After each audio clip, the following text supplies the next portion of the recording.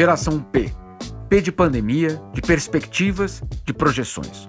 O podcast do UOL sobre a sociedade, a economia e a cultura que se formam a partir das mudanças impostas pelo coronavírus. Pessoal, eu sou Jamil Chad, colunista do UOL em Genebra, e estou aqui com a escritora e advogada Ruth Manos, minha parceira nesse podcast. Oi, Jamil, estou aqui diretamente de Lisboa. Toda semana a gente traz entrevistas, conversas, histórias que mostram aí o impacto dessa pandemia no mundo todo. Hoje a nossa conversa é especialmente sobre o medo que deriva da Covid-19, né? O medo do outro, o medo do diferente, do desconhecido, do estrangeiro. E a gente está aqui na Europa e isso ficou mais evidente do que nunca com o fechamento da fronteira, né, Jamil? Por ser uma cidade também de fronteira, né, Genebra faz fronteira com a França, a cidade descobriu, olha só que curioso, que uma parte substancial dos seus funcionários públicos, dos seus policiais, dos seus professores, viviam do outro lado da fronteira, viviam na França.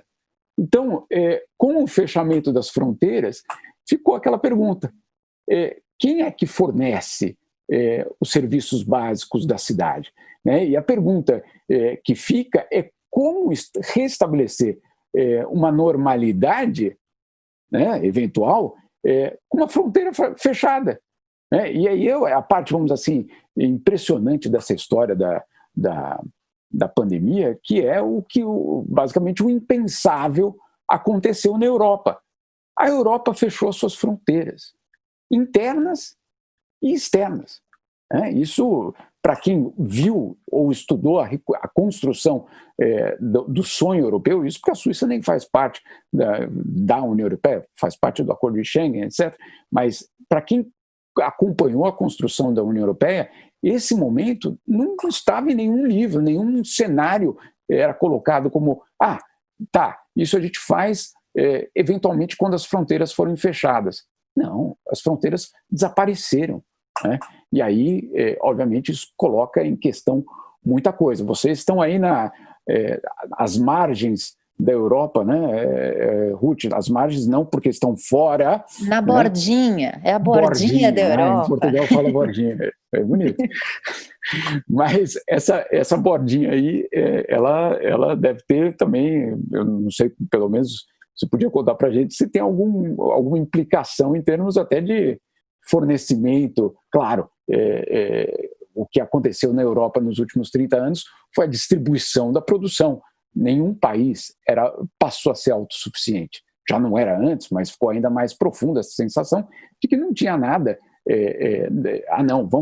Vamos produzir tudo porque a nossa população vai precisar de tudo. Não, eu mesmo, francês, eventualmente, né, empresa francesa, vou produzir na Romênia. Eu, empresa irlandesa, vou produzir na Espanha, etc., e ter essa cadeia de produção europeia. E aí, de repente, a cadeia de produção europeia foi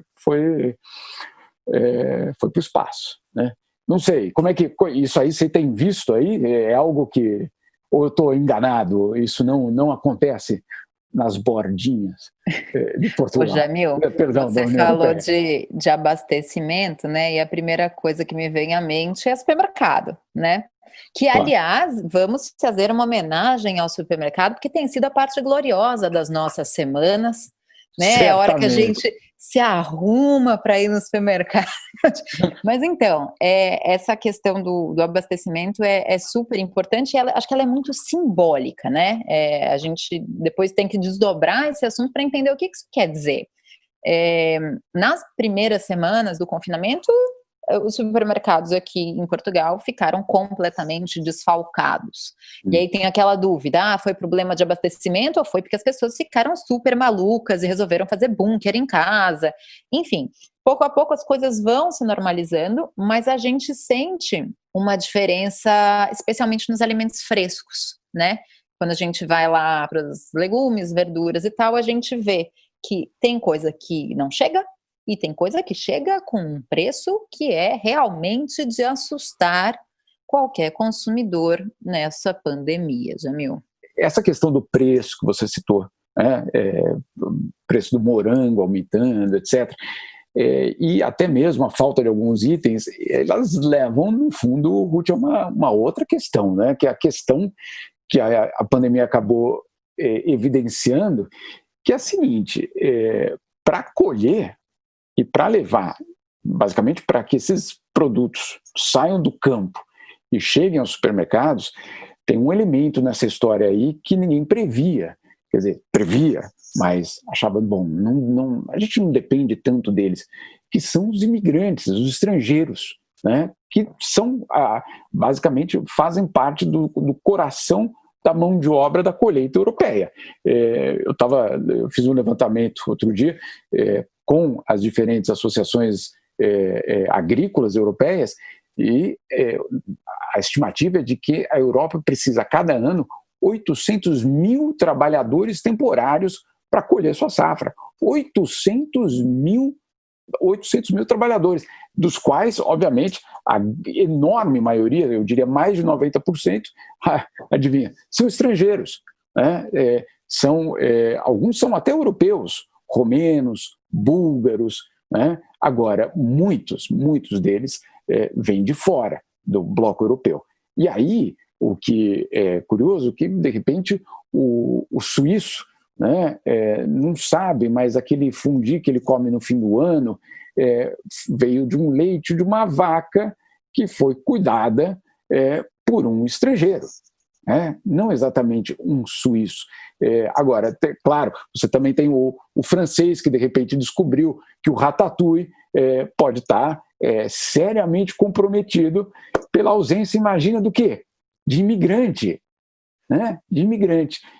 Na Espanha tem um caso espetacular no sentido de evidenciar toda essa história, não que ele é positivo, óbvio, que no sul da Espanha, o sul da Espanha produz praticamente metade de todos os morangos de todos os supermercados europeus. A cada ano desembarcam mais de 20 mil marroquinos só para colher morango. Esse ano o que aconteceu?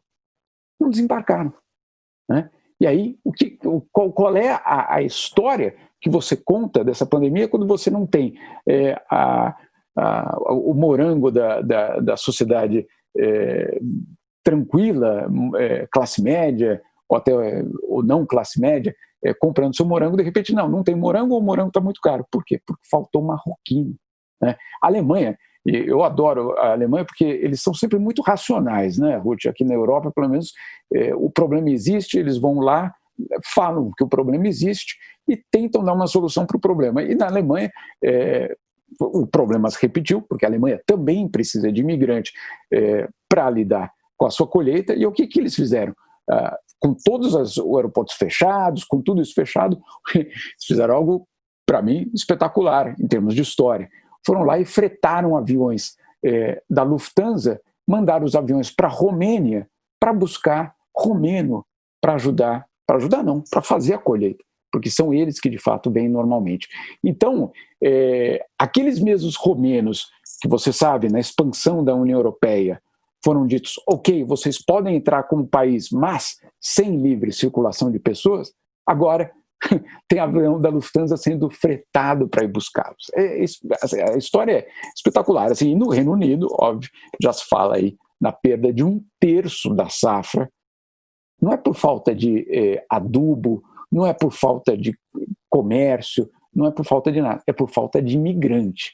Então, essa história da pandemia, ela evidencia um monte de coisa, ela evidencia os sistemas de saúde fragilizados, etc., nossas percepções, mas ela também evidencia que esse negócio de fechar a fronteira é um pouco mais complicado do que vamos fechar aqui, vamos ficar entre nós e seremos mais ricos.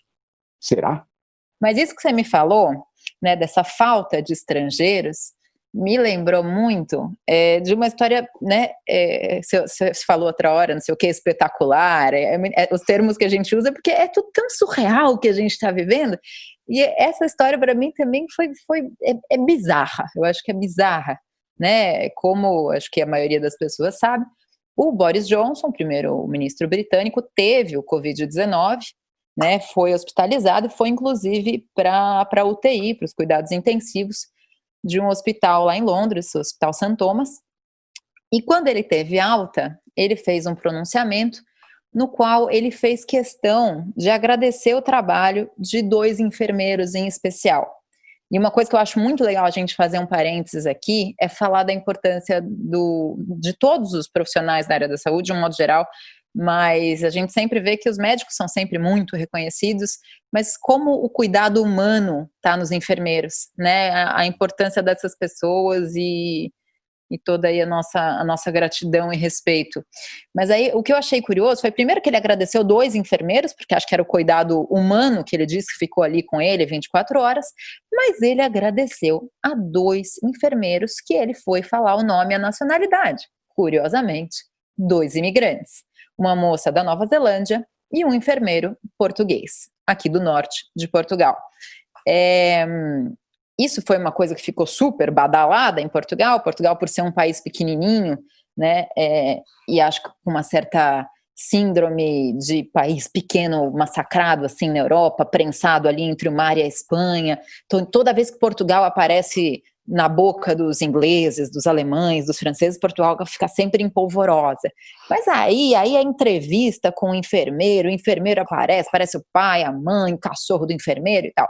Mas essa história é muito louca, porque o Boris Johnson foi um dos maiores apoiadores do Brexit, né, da saída do Reino Unido da União Europeia. Foi ele que implementou essa saída e o Brexit é o Reino Unido negando a integração à Europa, é o Reino Unido negando a livre circulação de trabalhadores.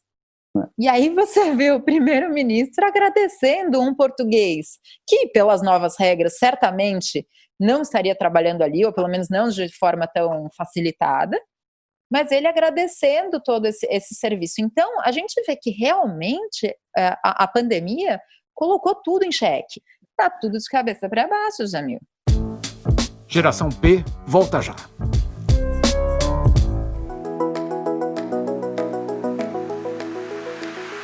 O podcast UOL Entrevista tem entrevistas exclusivas e na íntegra sobre os mais variados temas feitas por jornalistas, blogueiros e colunistas do UOL. Você pode ouvir o UOL Entrevista e outros programas do UOL em uol.com.br/podcasts, no YouTube e também nas principais plataformas de distribuição de podcasts.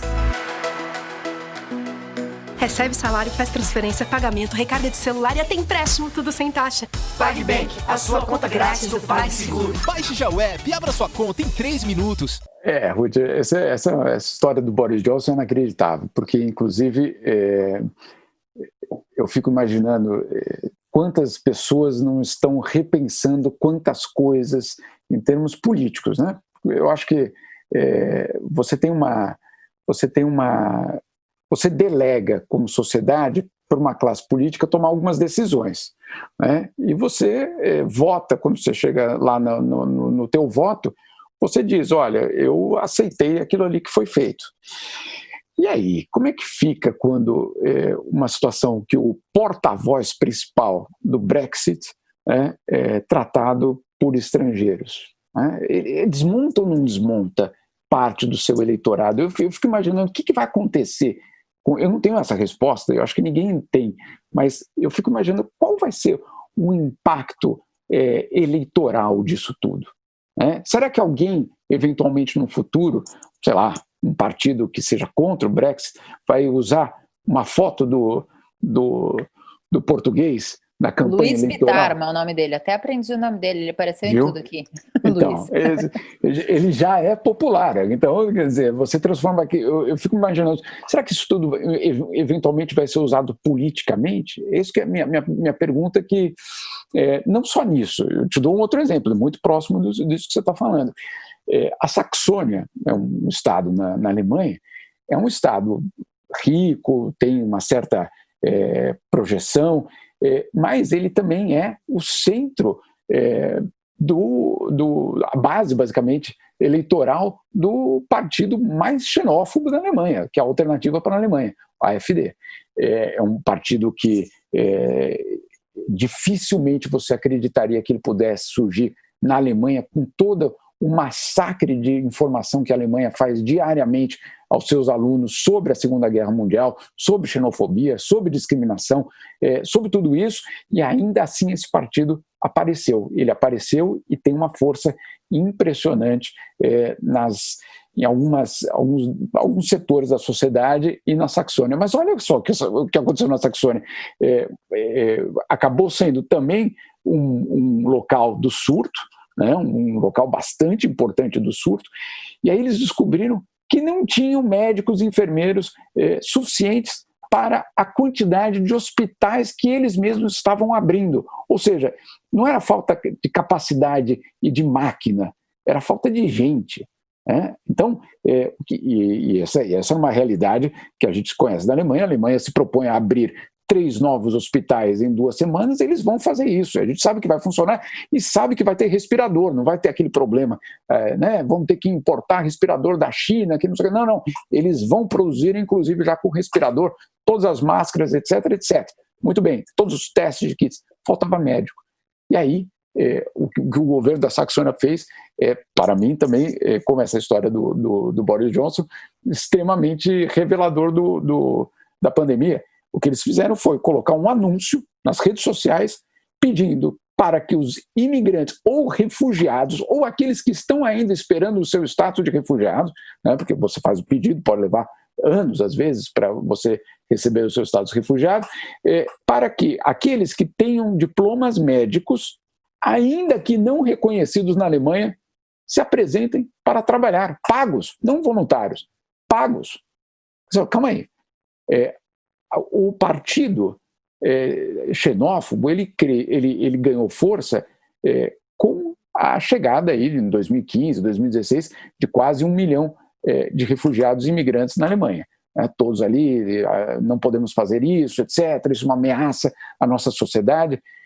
E aí eu fico imaginando, Ruth, uma pessoa doente, né, pelo coronavírus, que tenha eventualmente votado pelo partido xenófobo, descobrindo que a autoridade daquele estado está apelando para que aqueles refugiados que você pediu para não entrar venham te salvar.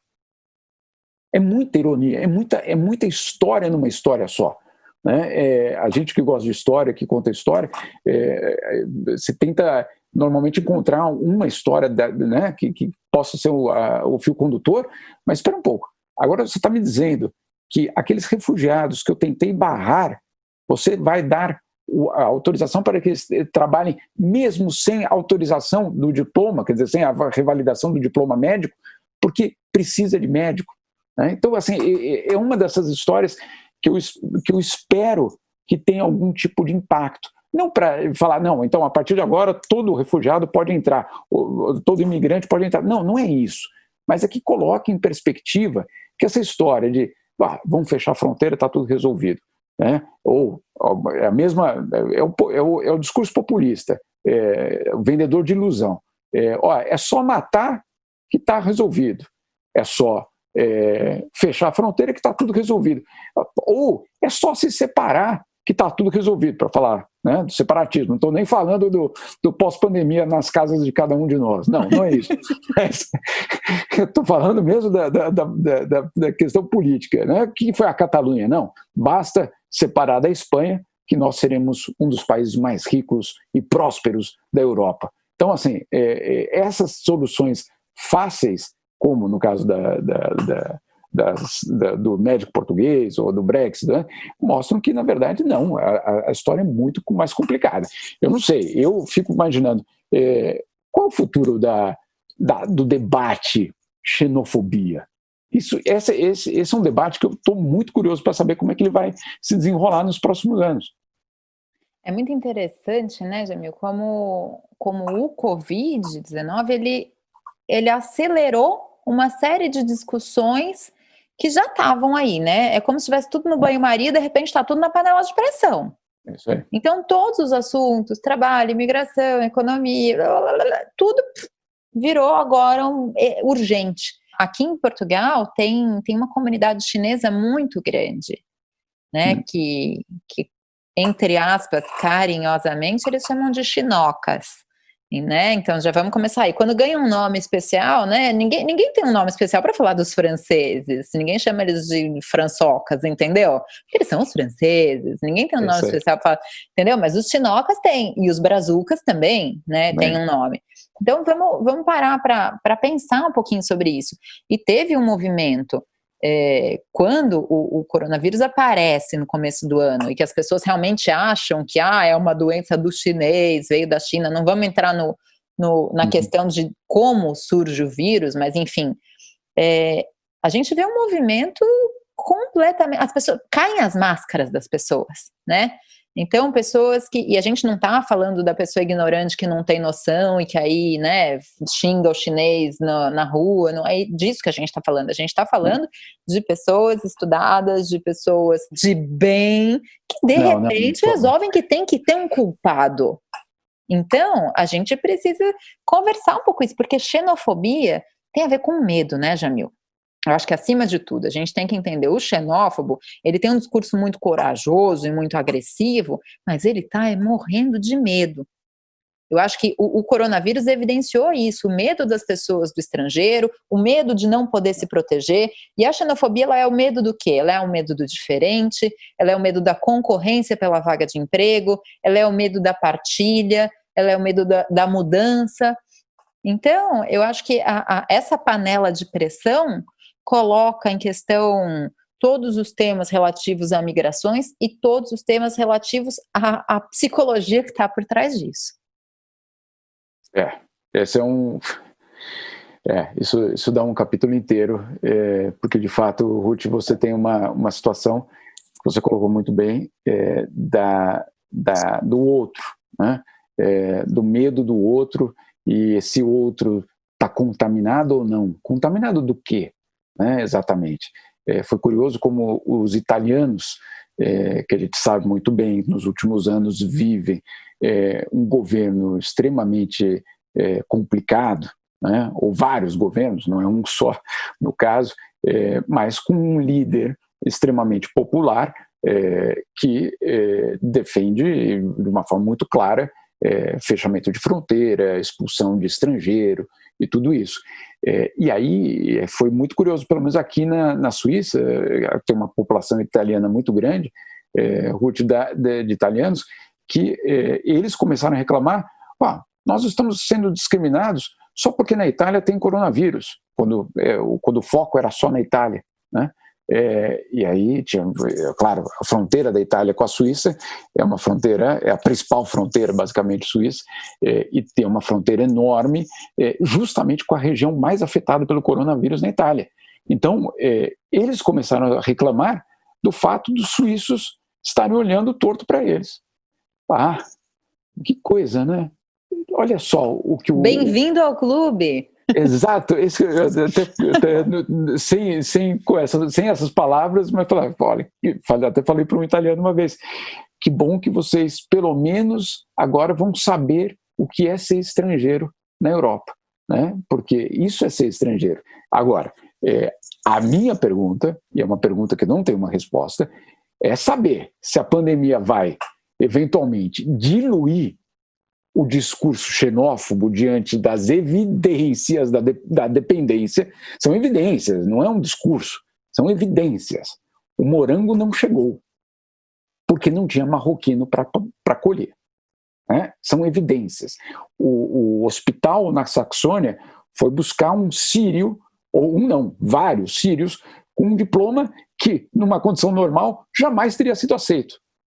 Então, a pergunta é, esse discurso xenófobo, ele resiste às evidências ou esse é um cenário, ou outro cenário, que é nada positivo, esse sentimento de insegurança que a gente passou a viver, insegurança, vai ter ou não vai ter morango no supermercado? Vai ter ou não vai ter papel do banheiro no supermercado? Vai ter ou não ter controle na fronteira? Vai ter ou não ter polícia na rua para me parar mesmo se eu estiver andando de bicicleta? Vai ter ou não ter morte na minha família? Será que esse sentimento de insegurança, então, pode aprofundar a discriminação? e eventualmente essa xenofobia. Então são dois caminhos que eu acho que não tem jeito de hoje você dizer, não, vai ser assim.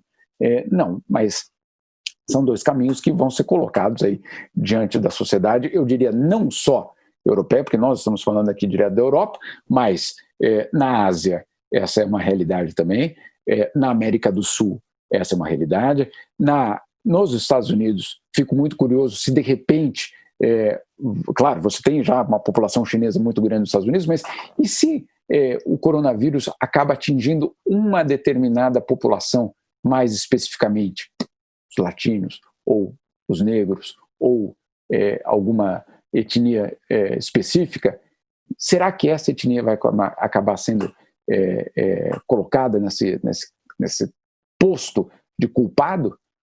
Muito obrigado, Ruth. Obrigado aí também aos ouvintes pela participação e certamente vamos continuar por aqui, né, em quarentena, mas produzindo e pensando e tentando transmitir um pouco de tudo isso aqui para vocês aí no Brasil. Jamil, obrigada, que essa conversa sirva para as pessoas pensarem, né? Eu finalizo com uma mensagem que é muito pouco intelectual, mas que eu tive numa conversa com um amigo que eu acho que a gente está vivendo um momento que é uma panela de pipoca, né? A gente entrou como o milho de pipoca e a gente vai escolher se a gente quer virar pipoca ou se a gente quer virar piruá, né? Como a gente vai lidar com essa pressão e com essa angústia, se a gente vai florescer e virar uma coisa melhor ou se a gente vai virar um milho piorado. Então, vamos conversando para tentar virar pipoca, não é isso? Deus te ouça. Um beijo, Jamil, obrigada. Um beijo, Ruth. Geração P tem apresentação e reportagem de Ruth Manos, Jamil Chad e Juliana Bergamo. Edição de áudio de João Pedro Pinheiro e coordenação de Juliana Carpanês.